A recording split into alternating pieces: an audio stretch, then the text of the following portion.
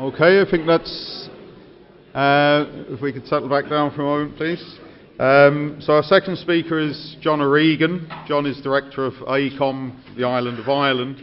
John's role within AECOM is as Head of Programme, Cost and Consultancy Group. The team in AECOM have offices throughout Ireland, Dublin, Belfast, Galway, Limerick and Cork. John's been in the consultancy business for over 20 years and led the delivery of project and cost management services on many landmark projects in both the private and public sector throughout the state. John's also this conference's only ever present speaker. Thank you, John. Joined us in 2011 for the first conference. Since then, John has become a fixture in proceedings at the conference, and together with AECOM has been a great friend of the Department of Building and Civil Engineering here at GMIT.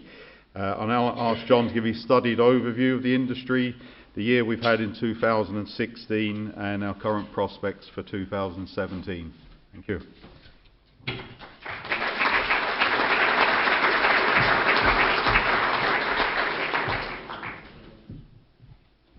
Well, good morning, everybody. I'm delighted to be here again, and thank you, Martin. And I just do want to congratulate yourself and Mary Rogers and the GMIT for making this a bigger and better event every year, so that's great. Thank you for getting everybody to try and sit down. I was worried we might get some people passing out during the excitement of this, but that's great. So I'm going to touch on some of what we see as the key issues in the industry over the last year and the period ahead. Before I do that, I'd just like to say that I moved to Galway in 2000, and one of the first projects that I was involved in was Tume's swimming pool, and I ended up negotiating the final account with Mr. Canny on the table over there, who was the QS acting for the contractor. And I suppose what I'd like to say is that if anybody has any concerns about his negotiating skills in government, have no fear. He knows how to get the right bargain. Huh? So these are the areas that I'm going to touch on, just an overview of the industry and some particular hot issues that are out there at the moment, and some of them, like the infrastructure deficit, the President has already touched on. So we publish an annual review every year. There are copies of it outside, and in that we kind of look at the overall construction industry in Ireland, north and south, and we do some regional focus, and so I'm going to particularly focus on some of the stuff from the western region also. So this is the graph that most of you have probably seen a few times before. It indicates construction output over the last number of years, I suppose the last 10 years. So showing where we were way back to 2006, 2007, construction output at that very high level, over 30 billion. Sean, what year did you come to GMIT again? 2009. So there you are. We knew seven. Yeah, there you go. If there were any doubts about how intelligent that man is, there you go. So I mean, looking at these dates, it is interesting. So the first of these conferences were in 2010? 2011. So that I think just shows the kind of leadership that was involved in getting this going. It was a very poor time for the construction industry, and it was a brave thing to do to get this conference going at that stage, and it's just shown how it's paid off over time. Are there any students here who are in their final year now? Good for you. So you came in when? September 13? That be right? So round about here. So I'd like to thank you for probably ignoring your careers advisors, ignoring your parents, and coming into the industry, keeping the faith. I think since then we have seen great improvement in the industry, and I think for all of you it certainly will pay off that you're coming out into what is a vibrant industry at the moment. So if you look at the last couple of years, 2015 and then 2016, output going up to around 14.5 billion, so significant growth in that year. And then what we're forecasting for 2017 is around 20% growth in construction output by value. So again, significant significant growth, and you can see it from the level of construction that's on site at the moment, how that growth is coming on. So this slide I'm going to pause on, and I'm going to kind of spend a little bit of time focusing on, because it looks at the area that the President mentioned, and the infrastructure deficit. So there's a couple of lines on this graph. The purple line there is construction output. It records actual construction output in the past, and is showing what construction output would look like in the years ahead if we have 10% construction growth in the years ahead. The amber line here represents an estimate of 12% of GNP. And some economists would say that around 12% of GNP is the right level of construction output for a kind of a sustainable and mature economy. That's the kind of level that construction output should be at. So if you look at the two lines, then you have the actual and forecast output, and what might be considered a sustainable level of output. And then the bit in the middle, the difference between actual output and this sustainable level, is the stuff that hasn't been built in any particular year. So it's not completely scientific, it's illustrative, but I think what it does demonstrate is that whilst for a period we had an unsustainably high amount of output, the level of output now is at a level which is lower than it needs to be. And if you actually add up the value of all the work in that grey gap in the middle, it's around 80 billion. So on this graph, the two coincide in about 2022, and at that stage there'd be about 80 billion of infrastructure that maybe should have been built. So if you move on and then just look at the various sectors in the industry, the largest being residential, now bearing in mind that that includes one-off houses, it includes repairs and maintenance, then civil engineering, social infrastructure, which is general public sector work, and the hot area at the moment, the area where the growth is primarily coming from, the private non-residential sector. So what's in that hot sector, the sector that's there's a lot of activity at the moment? The areas that there is the most energy at the moment is is in this sector here, the commercial buildings, the private sector buildings, and then also in this area over here, which is defined as industrial buildings, but that's where the foreign direct investment would be. That's where the pharma, the med tech, the IT, the data centres, that's the area where those would be. So those are kind of the hot sectors at the moment. And where are they hot? This is the Capital Dock development on the docks in Dublin, a project we're QSing. Big commercial office space and mixed-use development. I think there are 65 cranes inside the canals in Dublin at the moment, and it went up by 3 this month. So that's probably the area that is hottest and there's the highest degree of activity at the moment. And then when you contrast that with the national picture, with the regional picture, this graph indicates those planning permissions that are granted nationally. So that's the total nationally. And then the BMW region, the Border, Midlands and West region, which we fall into. You see the stark difference. Less than 10% of that commercial development is happening in our region. So I'm not going to go into any detail in the residential output, because I think everybody's kind of conscious of the challenges that we have there. The only thing that I'm going to look at briefly is these stats which relate to our region, the Connaught region, so Galway, Leitrim, Mayo, Roscommon, Sligo. So you'll see from here that the total number of residential completions, and those completions are measured by ESB connections, so they will include houses being brought back into use, they will include kind of ghost estates being finished out. The total number is around 1,800 in 2016. But I think the thing that really stands out in that is that of that 1,800, 1,200, that's two-thirds are one-off houses. So, and you can see the growth in that area from this chart. The numbers that are actually part of kind of development of multiple units is only around 600. So when you think of the whole of the Connaught region, only around 600 multiple unit developments, it's obviously just demonstrates what we all know, really.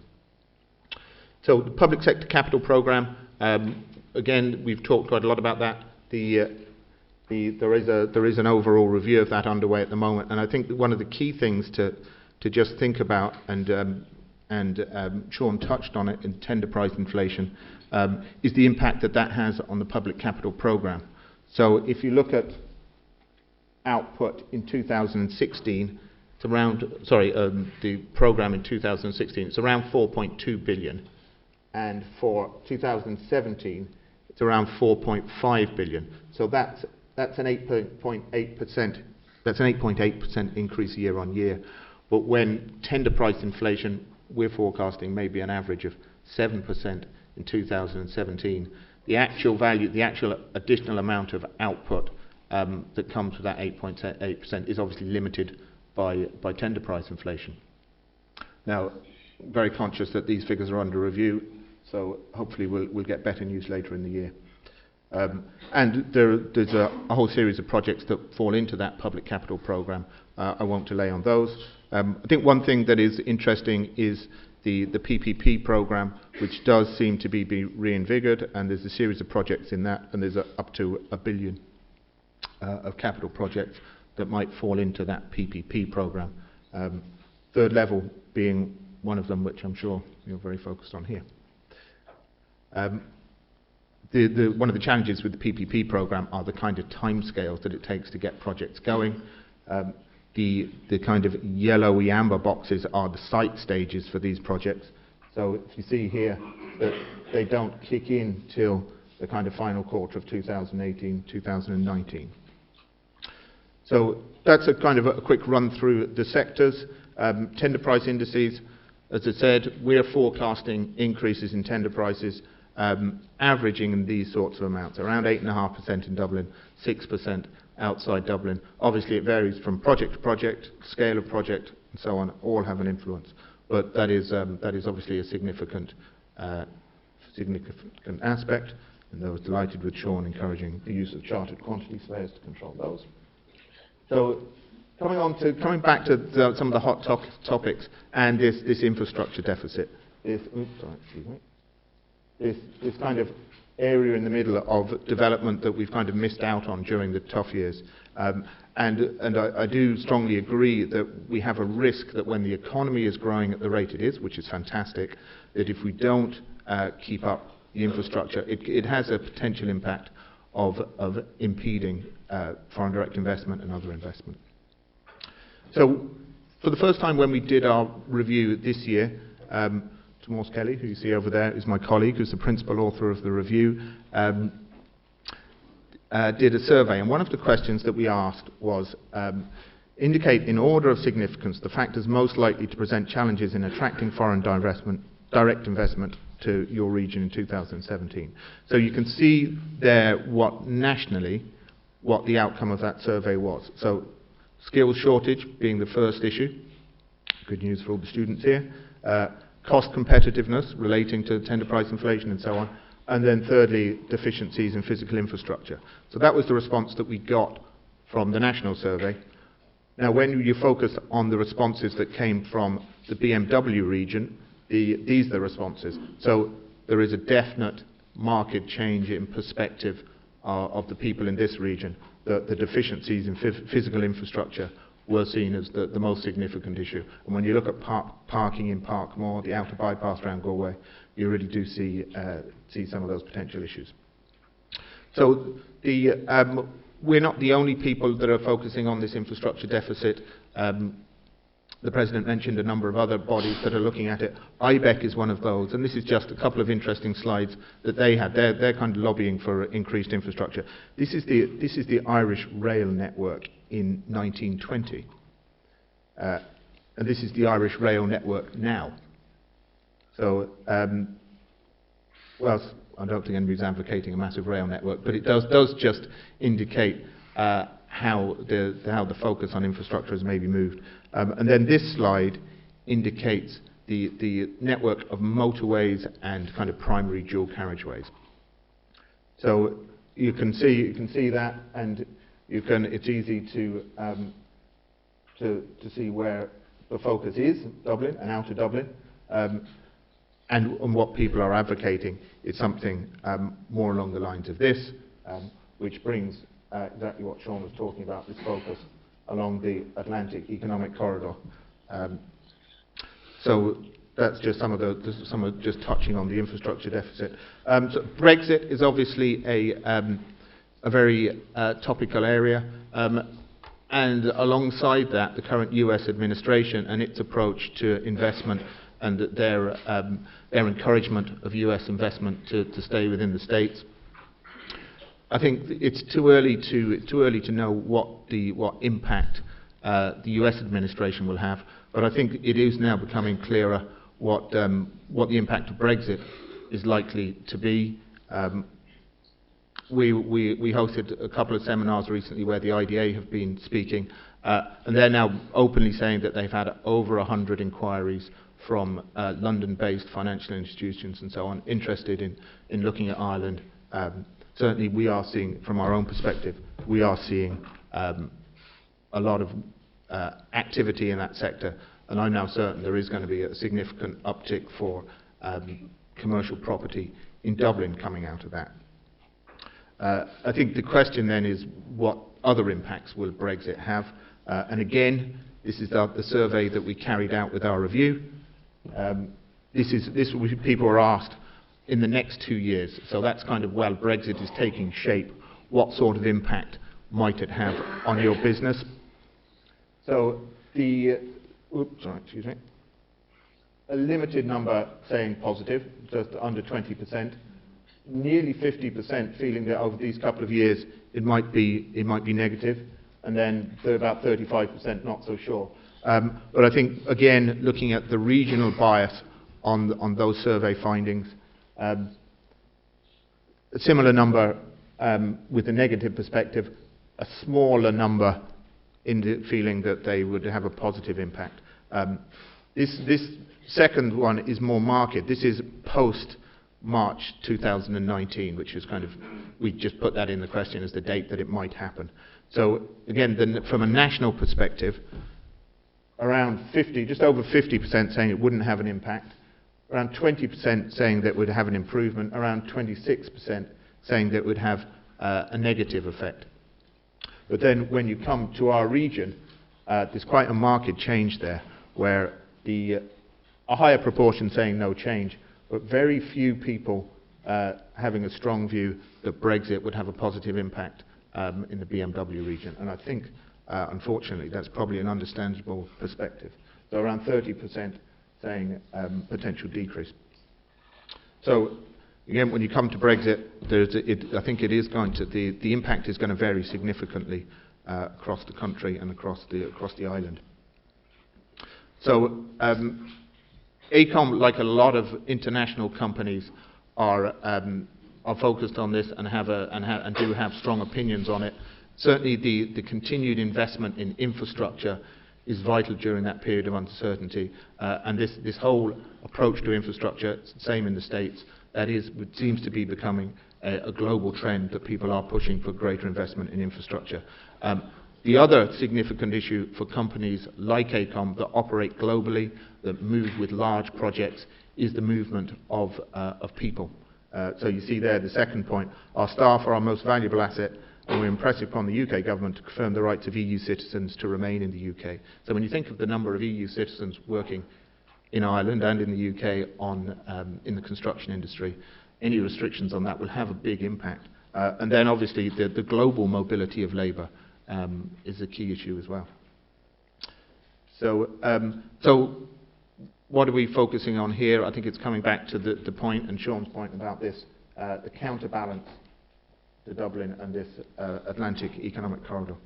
So what are people doing about that? Well, there is a need to invest in infrastructure along that seaboard, and I think this is one example. It's an example that we're involved in that I might just touch on for a minute.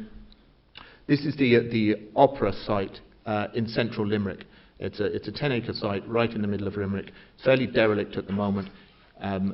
What the City and County Council in Limerick did was they bought 4 key sites out of receivership, out of NAMA over the last number of years. And they've set up this special development vehicle, if you like, Limerick 2030, to develop those sites. And what they've seen is, well, look, the environment isn't right at the moment for the private sector to fund or to drive these sorts of developments. So they've set up their own company. It's chaired by Dennis Brosnan, to develop these 4 strategic sites. And the first one is the first one is what was the Hanging Gardens. The second one, and the largest, is the Opera site. Is about 550,000 square feet proposed. The intention is that will become a hub for FDI investment in the Western region. It'll be one of the anchor tenants, if you like, and one of the things to kick it off will be the move of the revenue commissioners from Sarsfield House in Limerick onto this site. So I think that is the sort of thing that is needed to kind of counterbalance the development in Dublin. So the last topic that I want to touch on is gender diversity in our industry. Again, looking at this slide, which is from our review, the balance of male and female people working in the industry, it's easy to just forget about it and take it for granted. And you look around this room and the gender balance, you look at the balance in the speakers. But when one starts to think about it, you really do start to think about how we should be a more attractive industry to everybody. And part of that is just the way that all of us involved in that industry look at ourselves and look at our peers. And I'm going to try and run this short video.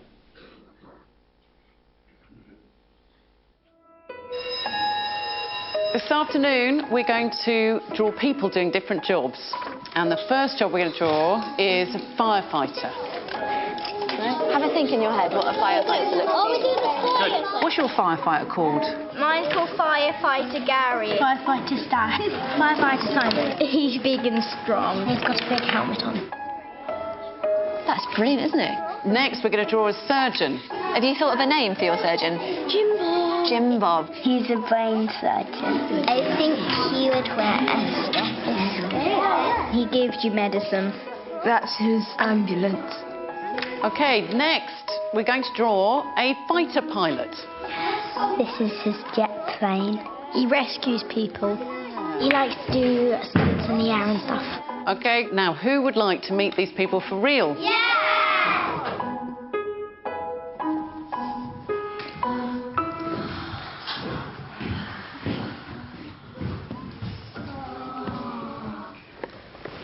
Let's rest up. My name's Tamsin and I'm a surgeon in the NHS.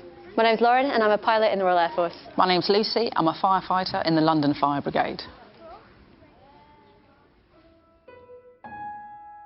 So who wants to know how to do an operation? Who's putting it on? I'm trying my stethoscope. We put this in here. There you go.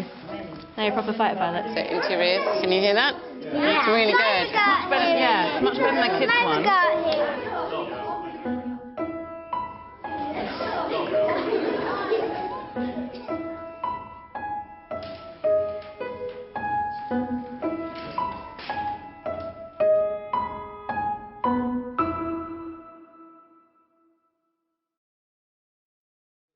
It's interesting, isn't it? You tend not to. You tend not to think about those sorts of things, and it becomes this unconscious bias, as it was what it's called. So when you're recruiting a QS or you're recruiting a senior engineer, what do you think that person looks like? And you have a picture in your mind of what that is, and that's where it all starts, I suppose. So people are becoming a lot more conscious of this. AECOM are becoming very conscious of it. We hosted a seminar last year with an invited audience of people from the industry, and it got a great response. People really were interested, and people have really started thinking about it.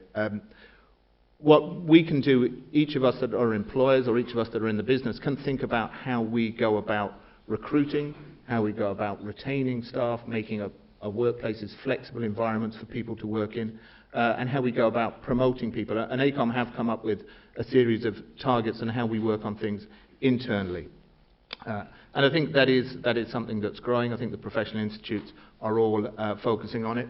and International Women's Day is tomorrow, March the 8th, and the CIF have a briefing up in Dublin tomorrow. So I think it's great that this is gathering momentum, and we are going to be more focused on it in the future. So I'll conclude there. I think the really positive thing is that we're forecasting 20% growth in the industry. That growth is across all sectors, and it's across all geographies. So whilst I'm focusing a little on investment in the West, there is still no question that things are getting better in terms of construction output in the West also. So generally a very positive message, and then just some kind of areas of challenge and concern, like the infrastructure deficit, like the balance, and like Brexit. So on that note, I will conclude. Thank you very much.